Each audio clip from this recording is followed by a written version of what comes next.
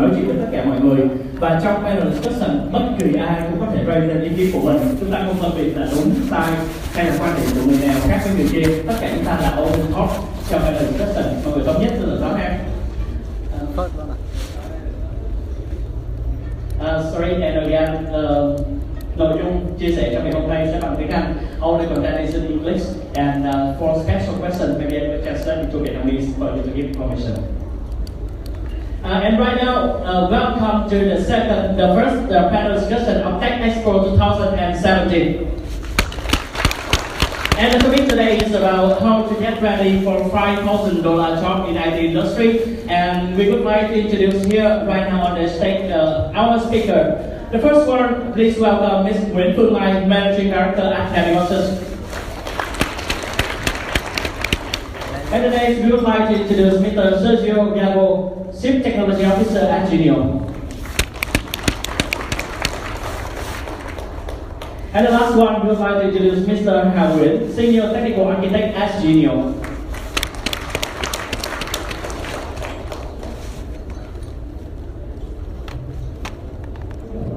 Okay, everyone, we start the panel discussion today, and again, the topic is how to get ready for $5,000 job in IT industry. And I will bring first about the agenda of the content first. The first one, we will ask our speaker here and together with you about the interviewing skill with the big global company like Google, like Facebook, how we interview with them, how is the criteria they select the people. And the second one, we will go with the story behind the $5,000 job in IT industry, how to get that, how to negotiate with the employer to get that salary. And the last one, how to keep the personal branding for the IT professional in Vietnam. You can understand about the content highlight in the panel discussion. And right now, first of all, we would like to listen for the speaker. They will have a little bit second to sharing about him or her, about the experience in the IT industry. Firstly, please welcome chị Mai will share about you. Good morning, everyone. So, briefly about myself, my name is Mai. I'm Managing Director for Navigosus, the number one headhunting company in Vietnam, a member of Navigosus Group Vietnam together with Vietnam One. And a little bit about the background, I have over 20 years in human resources and also business consulting. For the technology work, I also had the opportunities to work as 4 years in the role of HR director for a technology company. Thank you, Jimai. And the next one, we would like to do from you about yourself. There we go. Well, so some of you may have seen me before, but I started my career as a developer and then working in, and then I had to take the decision on what do you want to be a management or in coding. Since I was a mediocre developer, I had to go into management, I think, and then build some startups.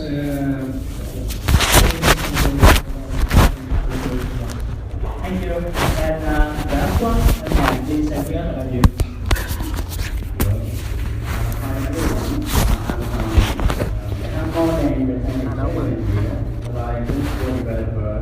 Before becoming the technical architect guy at the Genio company. With me, the microcircuit is a good approaching for the most product company with high traffic. So, how to apply that system, how to improve the performance, and how to design the visible flow to adapt with the customer expectation. That is my charm and also my strength. Thank you. Thank you for sharing from our speaker, and I introduce about themselves already. I will bring a little bit in Vietnamese. Chúng ta có ba người speaker ở đây. Chị Phương Mai là đại diện từ phía Navigosus, là công ty chuyên về tuyển dụng, và chị Phương Mai đã có 20 năm kinh nghiệm làm việc trong ngành tuyển dụng và nhân sự, đặc biệt là tại các công ty IT. Anh Sergio là hiện tại là giám đốc kỹ thuật tại công ty Genio, cùng với anh Hà. Anh Hà đang là technical architect tại công ty Genio. Thì đối với ba speaker này, chúng ta hy vọng là trong buổi panel discussion, buổi tọa đàm ngày hôm nay, chúng ta sẽ cùng mổ xẻ một chủ đề, đó là cái câu chuyện đứng phía sau một cái job 5.000 đô trong ngành IT như thế nào, và là cách nào chúng ta có thể điêu lương đối với nhà tuyển dụng để cái mức lương đó, cũng như là những công ty hàng đầu trên thế giới hiện nay đang tuyển người như thế nào khi họ trả mức lương như vậy. Và bên cạnh đó một điều cũng cực kỳ quan trọng, đó là cách nào chúng ta giữ được cái hình ảnh cá nhân, cái hình ảnh bản thân của chúng ta trong mắt của nhà tuyển dụng. Đó là toàn bộ chủ đề ta sẽ chia sẻ trong ngày hôm nay. Nếu như mọi người đã rõ là cho một tràng pháo tay để ta bắt đầu. Okay, so we start the panel discussion right now. And the first part, the first section will be I will raise some idea, will raise some point, and the speaker will talk about that. And after that, you all can give the question, and any idea you can add into the panel discussion. The first thing is about interview experience with the big global technology companies like Facebook, Google, and we want to know about the criteria, how they selecting the people, how they interview them, and some tips when we interview with the big global company. So the first of all, I would like to listen from Mr. Sergio to sharing your experience with that. How Facebook, how Google selecting people, and any tips to suggest for our developer. So, well, there's plenty of information on the internet on how the interview process goes at Google, for example. It's pretty much the same in all the different offices that they have, or Facebook, by that matter, or any other of the big tier one tech companies in the Silicon Valley. There's even a book called Cracking the Code Interview, and could be very interesting. I recommend that book even for improving your coding skills. But the technical recruitment process that they have, most of the big technical companies have, is based on what it needs, which is how do we make sure that the people we bring in have the solid knowledge to do anything in any language in the long term, and will have the team fit within the company culture that we have. When a company scales up, when a company grows, one of the biggest challenges they have is keep a specific company culture that follows the same. Now, this is something that Google has achieved. Facebook more or less so as well, even though with the problems they have. If you heard about the issues with female coders and stuff like that, but still they have a company culture. If I ask any of you, how do you think working and coding at Google would be, probably we will have a similar idea. So a lot of it goes into the HR and recruitment policies and ways of doing the interview process and the onboarding process as well. This is also common for many other companies that might be less common or less famous, but try to do the same thing, or even Amazon, Microsoft, and so forth. So the recruitment process typically could last between from 5 up to 10 interviews in some cases. It's a tough one, and normally it takes some time, which goes against what you normally would think. When a company wants to hire, especially when a company wants to hire a developer, normally you want it now. If you have to need now, there's something recruiters and HR people know, right? And then finally you get an offer. What can you incorporate? Well, I have to put my leave notice to my current company. Maybe I would like to get some holidays in the meantime. No, can you come yesterday? So these big companies don't really care about it because they have a bunch of engineers already and proper system in place. So what you would pay is a bunch of HR interviews to do psychotechnical evaluation, basically people trying to tell whether you're crazy or not, and whether you will have a cultural fit. Those might seem easy questions, but actually I think are the most complicated ones, because one of the things they want to get out of this process is how well you work in a team, how well you work under pressure, and are you going to crack or not. Now, going more in detail into the technical side, in many cases, these people look is not a degree, a special degree, a master's, a PhD, or anything like that, especially in the US where this is starting to pay off. Coming from an Ivy League university like Stanford or MIT or anything like that, it's important, yes, but it's more important what you can prove when you have done. Let me put you an example. If you tell me you are 25 and all you've done has been being at college, studying, doing your practices, and then going into the labor market, but nothing else, you're going to be mediocre.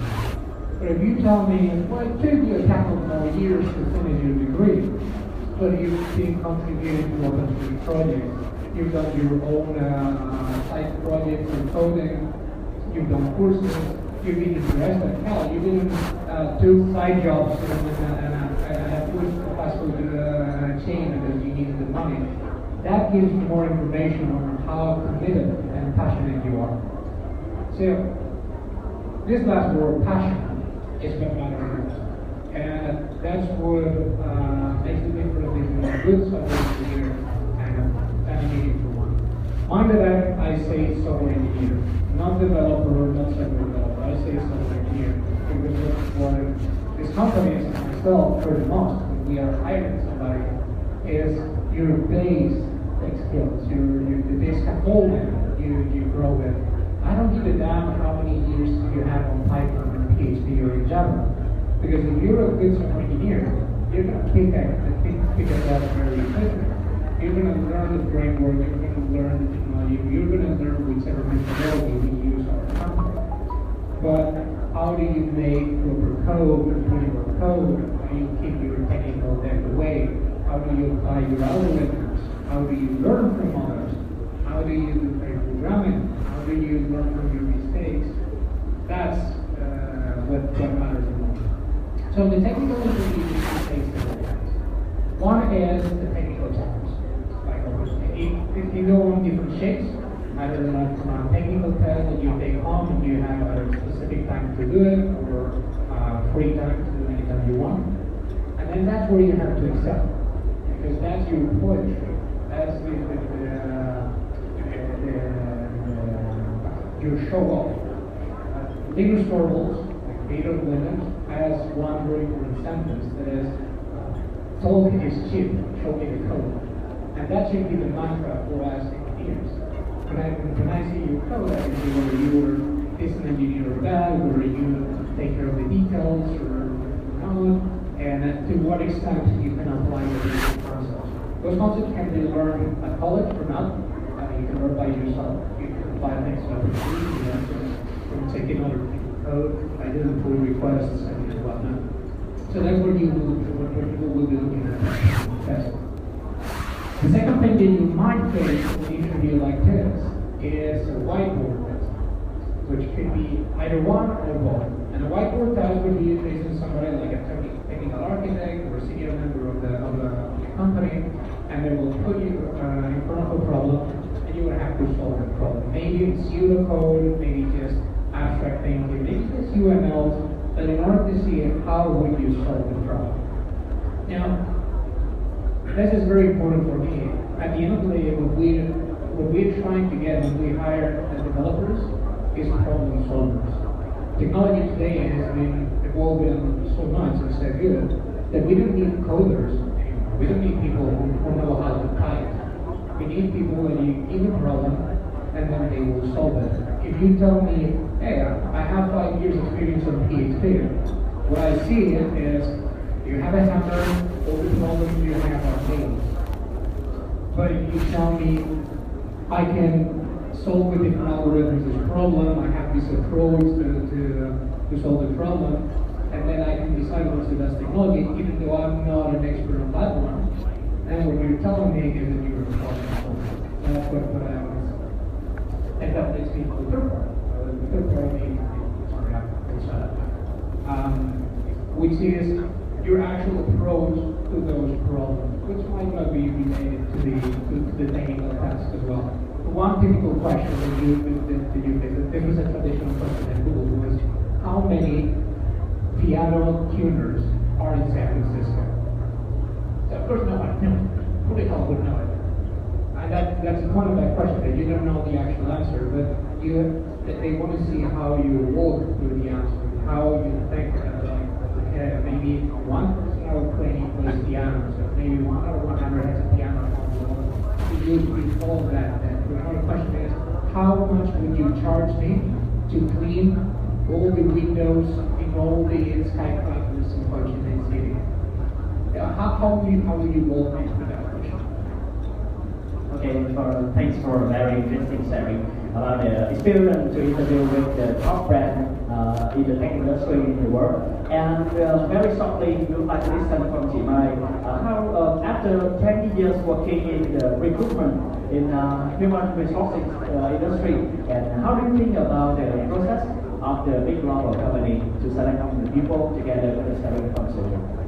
Actually, Sergio already gave a very detailed description on how the technology and especially the global technology companies are selecting their people. And I just want to summarize and this from my observations when working with several high-tech companies, not just global but also local Vietnamese companies. And I think that would be helpful for you to get yourself ready. So basically, when we do all the selection, no matter how many rounds of interviews or how many rounds of tests that the companies would impose on candidates, the key things that we would want to explore from the candidates would group into three main questions. Number one, can this candidate do this job?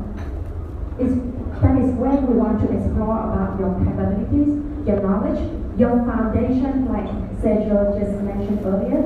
So the technology, the technical competencies, what do you have? What do you know? What can you do? Okay, in the past, how did you perform in your previous job that can give us a hint about your capabilities? Now, the next question that we want to find out is that, will this candidate be able to do this? That means that in the past, you have certain competencies already, and you already have a foundation, okay? But will you then be able to do the same when you are taken into this company, okay? And what we also refer to is also from the ask model in human resources. Probably you have heard about that. A stands for attitude, S for skill, and K for knowledge. So in the can do and will do set, that we would want to explore whether you already have the foundation technical knowledge and competencies. And throughout the years of experience that you've been working with the companies, how have you built up those competencies and make that as a skill that help you to solve the problems and confront the complex technology issues in this company, okay? And the last question is also a very important question. Will this candidate fit in? We are talking about the culture fit, about the potential for these candidates to be with the companies for long term. So again, Sergio already talked and explained to you a lot about the attitude, what we call that personalities that can help you to fit in the new environment and grow. Now from your side, as a candidate, I would like you to be aware of a few things that employers in Vietnam especially have complained about the candidates.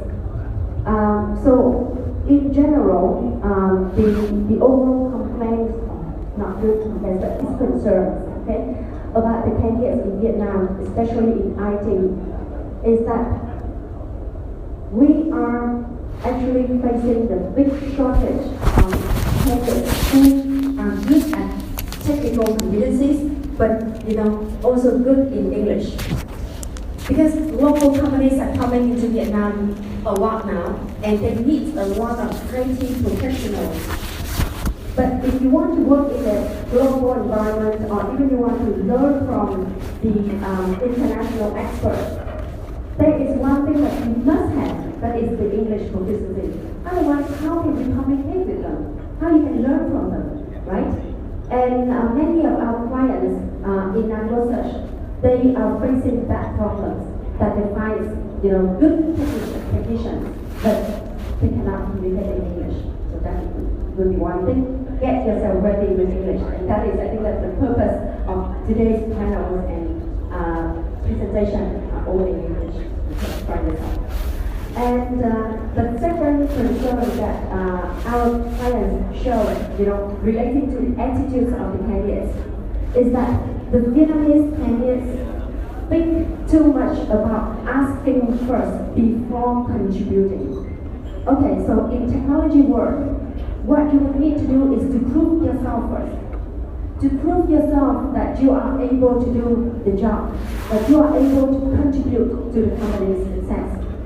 And then the rewards will come to you. And one thing that the Vietnamese candidates that often fail in proving during the interviews is that they think too much about their own value, and they think that they are, very valuable in the market, and they themselves can be a successful person. But they don't put themselves in the context of a successful company. So if we are aware that our success depends on the company's success, then that will translate into the way that you present yourself in the interviews and the way that you answer the interview questions, and you will be able to convince the employers. So again, right now, at this stage, if you are dreaming about winning the what we call $5,000 job, well, get yourself ready with the knowledge, with the skills, with the experience, and very importantly, with the attitude. Otherwise, then those jobs out there in the market will belong to someone else, not you. Okay? Thank you for very insightful sharing from Jimai. We have talked with Sergio and Jimai already about experience to interview with the big global and also in Vietnam technology company.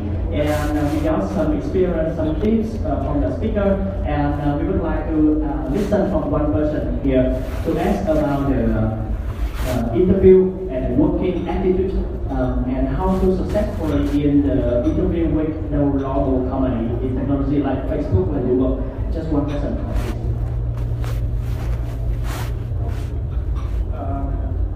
I've heard from Jimai that the candidates in Vietnam is asking for too much at the interview. So me as only a candidate, and I've been in many interviews as well. So my question is, the candidates, are they asking for too much at the beginning? It means that when they are a candidate haven't been in the company yet, or when they already in the company and then they realize their values, then they're asking for more. So there are two situations. Thank you for your question, and again, if I can keep it for the third one, because the third one we will say about the personal brand for your IT industry, how we keep the personal brand for the delivery. Yeah. We would like to listen one question about experience interview with the big global companies like Facebook, like Google. If you have any questions related to that. Any question? Any question about it? So you are clear, very clear about the interview process with Google, with Facebook, and you know how to get a job in Facebook and Google? I will take one question here, and maybe I will raise the question to here. The question is from the audience when we sending out a survey about the topic of get a salary paid by the high-tech top level company. So I will put the question here. Can you show me about the disadvantage? We already know about the disadvantage, but we want to listen about disadvantage when we work with the very big global technology company. The disadvantage for it. So to you, very short. Normally the main disadvantage would be the brokers and having stack to one specific team. So if you work in a startup, you're going to get your hands dirty all the time, and you're going to have to do everything. Small team, guerrilla style, all for one world kind of thing. But on a big company, you will belong to that team, you're going to have to do things in that team, and you will have to follow the process. Maybe the infrastructure team has very tight process for deployment. Maybe business has very specific rules for asking for holidays or stuff like that. So that's the kind of thing. On the other hand, you got better approach. Okay, and around hand, how do you think if you want to work with or Facebook or Google? Any disadvantage, maybe we can discuss that. So with for the global company, the disadvantage. Can you hear the advantage from the survey already? Before disadvantage, with the global company, the process and infrastructure is designed and defined in detail already. So your role, your scope, and your ability to adapt to some level. So in some case, I just gave an example. There's some information from this team, maybe this is the secret for another team. So, and you are staying in the team 1, and you want to jump into the team 2 to learn more about the programming, that maybe cannot. But for the member who want to learn more technology, sometimes that candidate will quit the current company and will try to apply the interview again to join with another team. So with the global company, you have a professional environment with good equipment and a lot of infrastructure you can see. But it's hard for you to touch to that system if you have not enough. You have not enough level to do that. So what's the example? If you only a developer,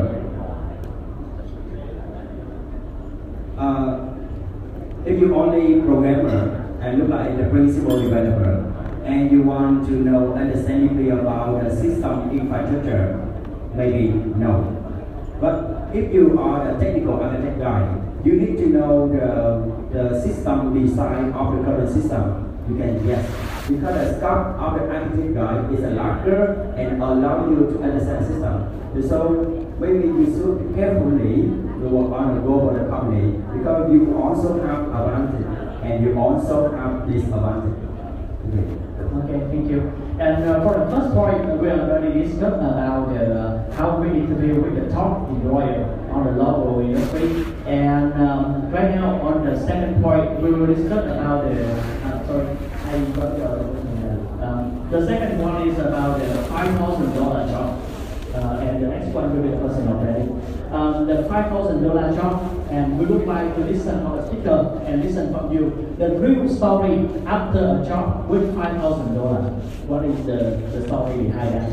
And we would like to listen from our speaker. Still, one more thing is about how to deal with the employer to get that salary. And the tips can we deal with the employer. So we listen from Akha first. Can you say about the story if you have a salary like $5,000, the story behind, and how to deal with that?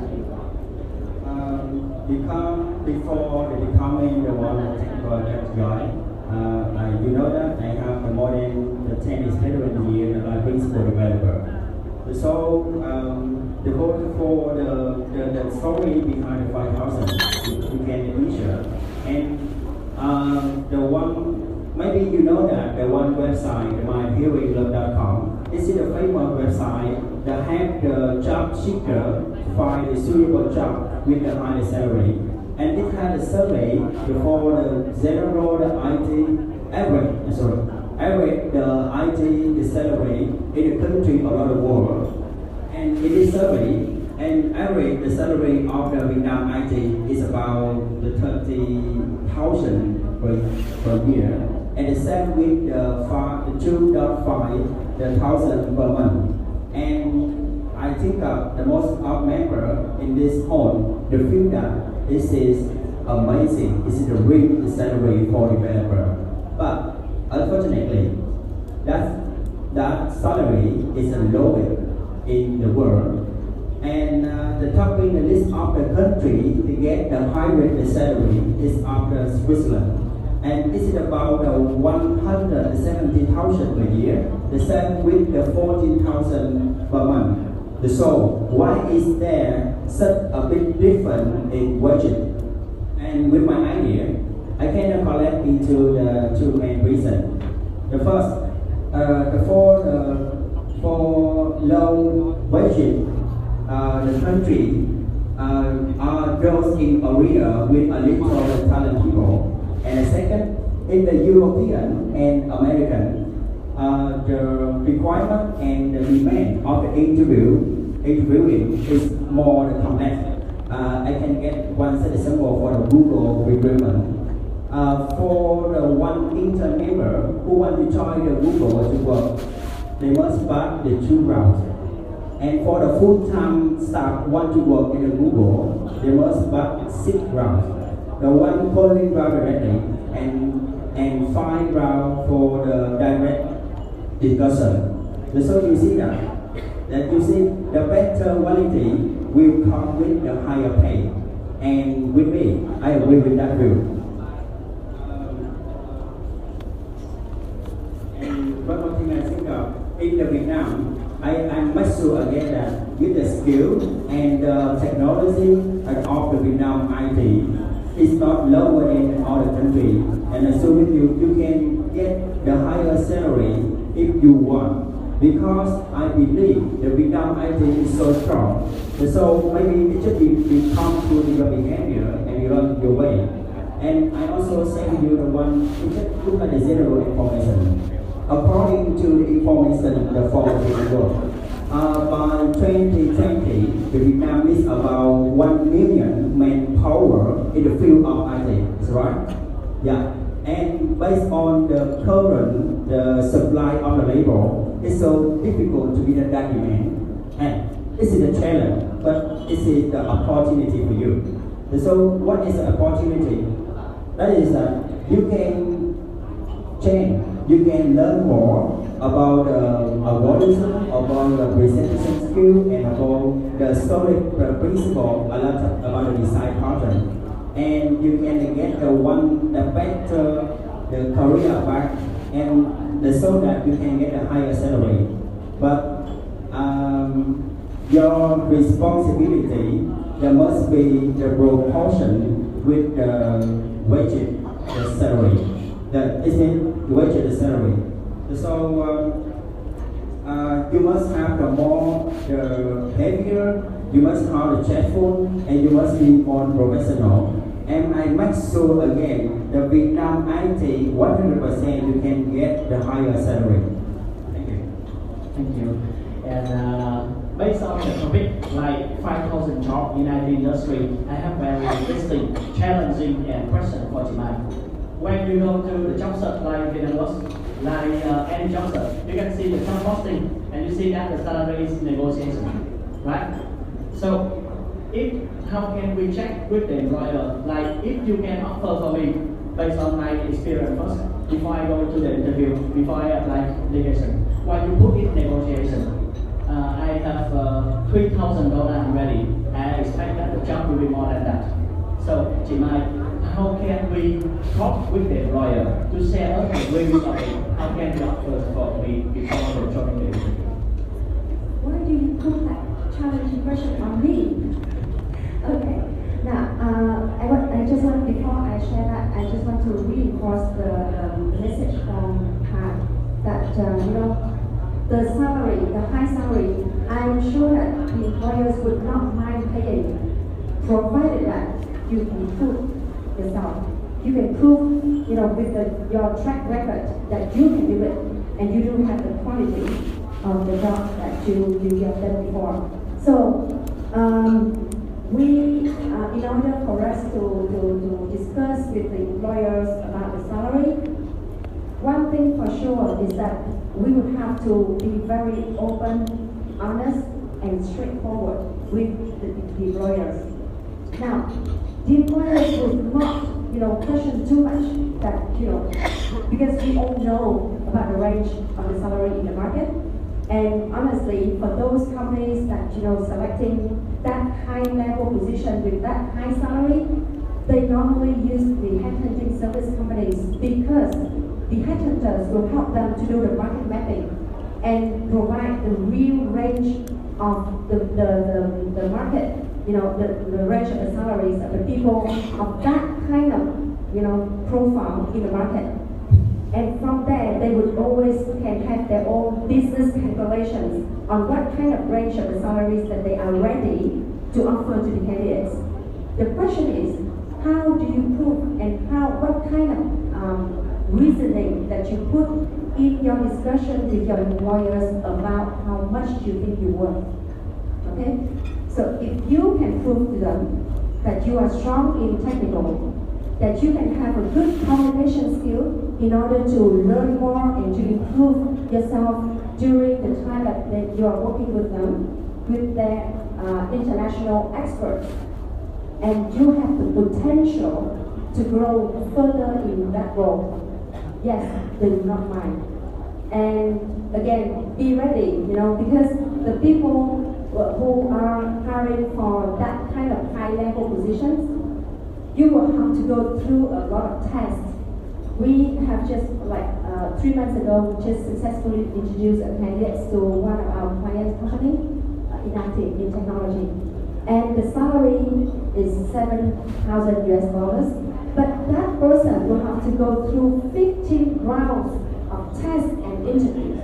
Technical tests, personality tests, IQ tests, English tests, and then interviews with all the key people in Vietnam and also in the region. Now, if you can spend for that kind of tough selection process, the employers wouldn't care about what you are earning right now. They are paying attention on to what your value at this stage. Okay? Sometimes, candidates in Vietnam feel reluctant to share the current package because they are afraid that the employers will just press them down and just mark up a few 20% of increase compared to the previous salary.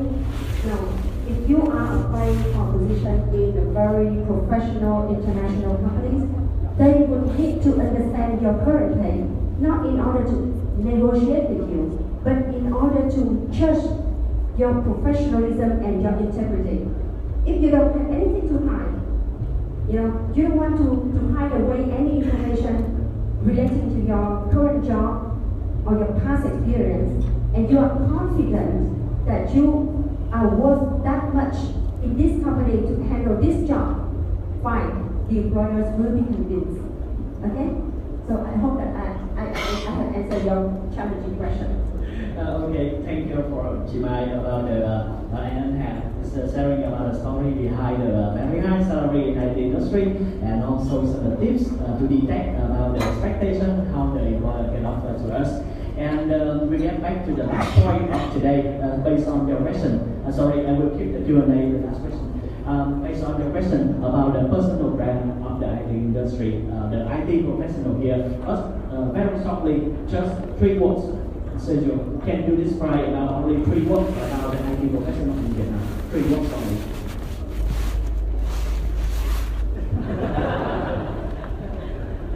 I'm going to be honest. It is difficult. It is challenging, but it is exciting. Okay. You get that? Okay.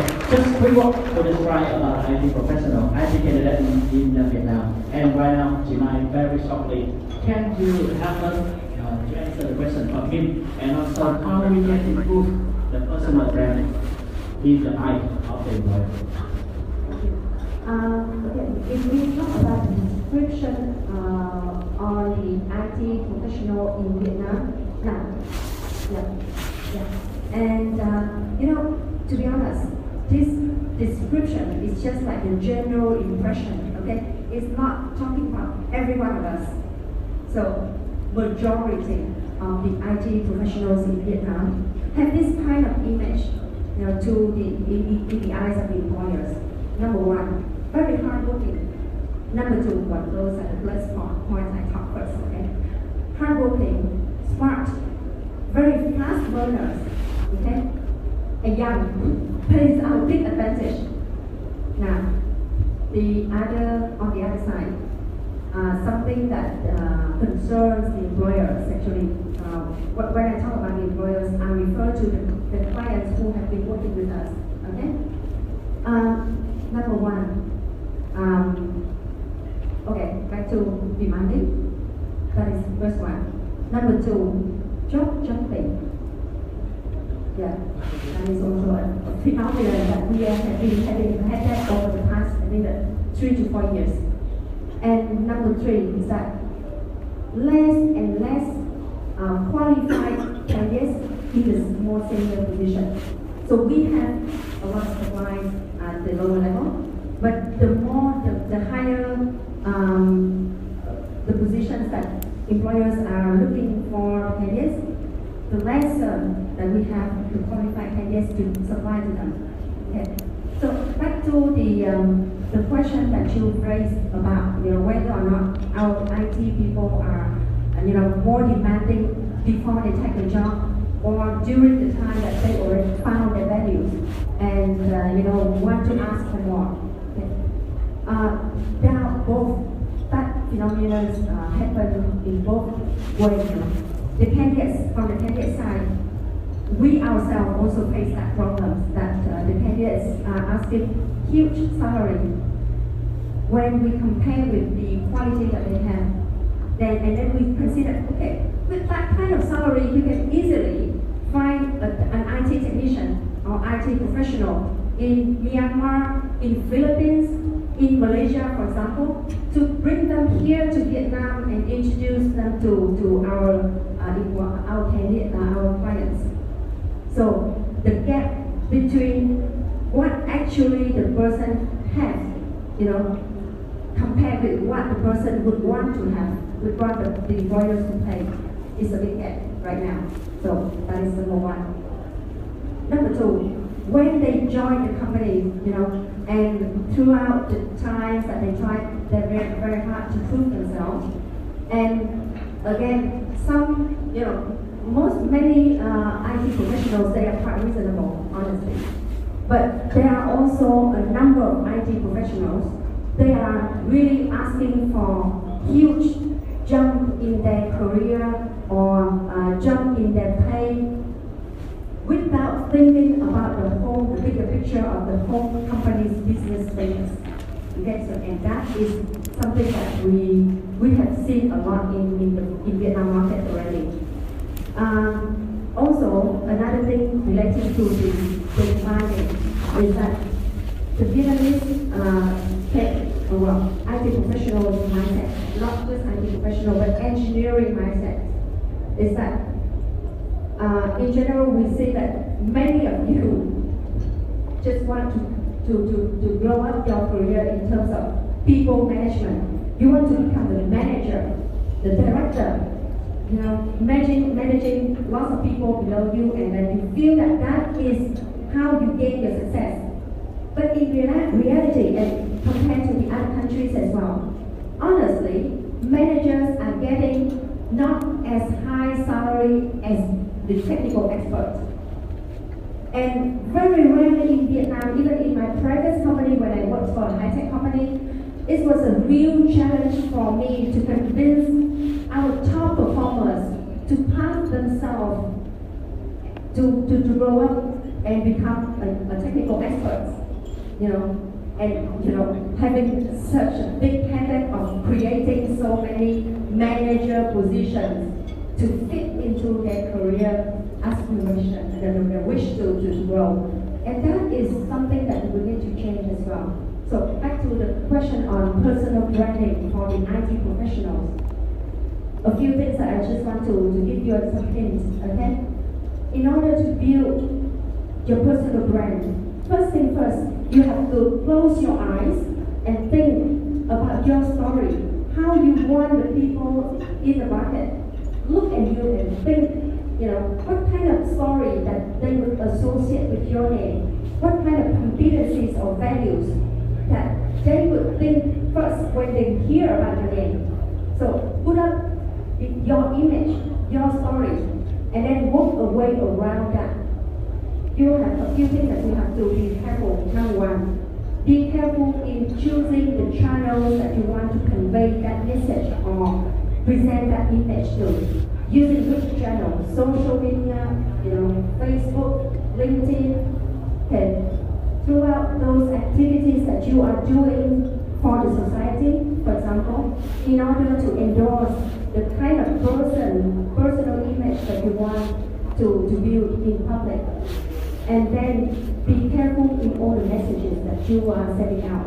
I know that IT people sometimes we are very stressful, right, into the work, and you are also playing around with technology on social media a lot. So lots of IT people use social media as the place to release the stress. And sometimes when you are not happy, you show your unhappiness, you show your anger, you show your jealousy on your personal page, and that would harm the personal image that you want to build as a professional. Okay? talking, selecting the words that you are using on social media. Very important to reinforce your personal image. And one more thing, walk the talk. Whatever you talk in public, whatever you want to show to the other people through your words and your activities, be sure that you also do the same in your real life. Because, Vietnam is a very small community, believe me. Words comes around. And if you just do something that's against your personal image story, then it will destroy the whole thing, the whole effort. In Vietnamese, we have that kind of saying like, we can collect the woods for 3 years, and you may burn it out just within 1 hour. So, building the personal brand in order for the employers to come and look for you and ask us to hunt you, okay? You will have to be very consistent, and you will have to be very patient, resilient, in order to keep that image through all of the challenges and temptations, okay? So that would be my advice. Yeah, thank you, Yamila. And basically, we will have very short time. Just 3 questions belong to the topic today.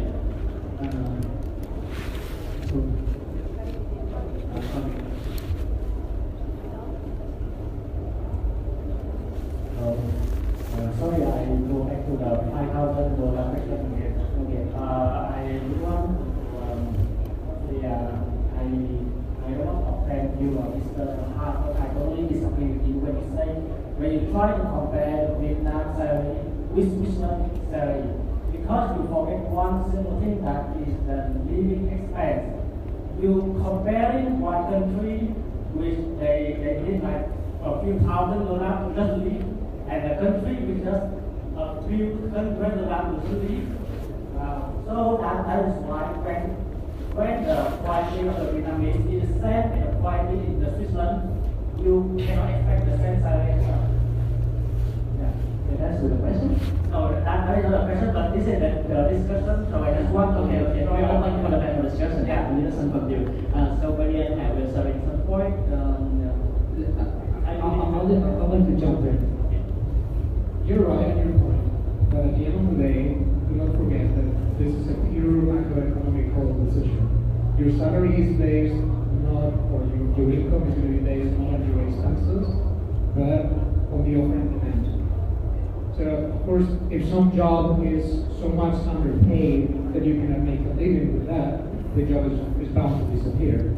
And when the gap increases, that is bound to get more people into that until the salaries or the cost increase or decrease. It happens with the price of bread, and it happens with the salary of engineers. Pure macroeconomical, overstated concept. The difference is where it is cheaper or more expensive for a company to produce. So don't get mistaken. The biggest majority of the IT work being done in Vietnam is outsourcing for external companies, or the US or Europe.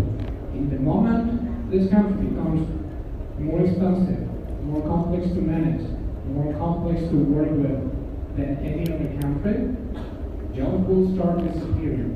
It has happened with Bangladesh and with India. It has happened with the Philippines. It has happened with Uruguay. Different companies, different countries choose different outsourcing centers or offshoring centers based on many different decisions. In our case, in the engineering case, we work with one key element, that is trust. Trust is the key for engineers because we're not machines. In the past, 20 years ago, they treated us like machines in a factory. You pour 20 engineers there, and they will give you this output. You put 40, and it will give you this other output. That's why with management, we always struggle telling them, look, 2 women don't give birth in 4 months and a half, right? And if you double the size of your team, you're not going to reduce by half the deadline of the project. Each person is developer, is unique, and therefore deserves a unique salary as well. But there's going to be always offer and demand, always. Yeah, I understand your demand and supply thing. However, I still don't totally convinced because when you try to compare the skill of the Vietnamese and with the other country, with the same skill, I'm sure that there is very little local company that can pay you the same salary as in the developed country. For simple reason because they don't earn much to pay that much. Yeah, I got your point. Already. And I think that is a very long story to discuss later. And I think that for the limited of the discussion, maybe after discussion, you and Sergio can have a talk and very something because we have the the main reason I get the main comparison between the salary in Vietnam in the European, because I want to make sure that the skill and the knowledge and the technology of the IT Vietnam is not lower than all the country around the world. So the main reason maybe come from different about the demand, the expectation for the interview. The suggest in Vietnam, we also have some programmer that can join to the Google, the pass the interview and become the Google guy. Yeah, it's perfect. But it's just a little the talent people. Yeah, and I can consider that we are in the poor country, and with a little the talent people, it's not meaning we have no the talent people. Maybe you, and maybe some member in this home. So I just make sure you can get the $5,000 per month, but maybe it's not equal with the salary in some Euro country. But you can buy. You can improve the technology, you can improve the presentation in English, and you can improve all the knowledge such as the principle, the solid, and it belongs to you, belongs to our side. Because for the panel discussion, the successfully panel discussion is not close the story, but we open beyond the story. I think that we have a very good connection, and after the topic we can talk together. And again, we thank you for all the audience here. Thank you for the speaker and for sharing about the personal branding together with the story behind the 5,000 job. And after the panel discussion, just one more information for you. We have the lucky draw right at the stage, and the lucky draw will have some the Samsung S8 and one for the TV LCD 32 inch. Very different and we have audience, and thank you for the speaker again for your thank you.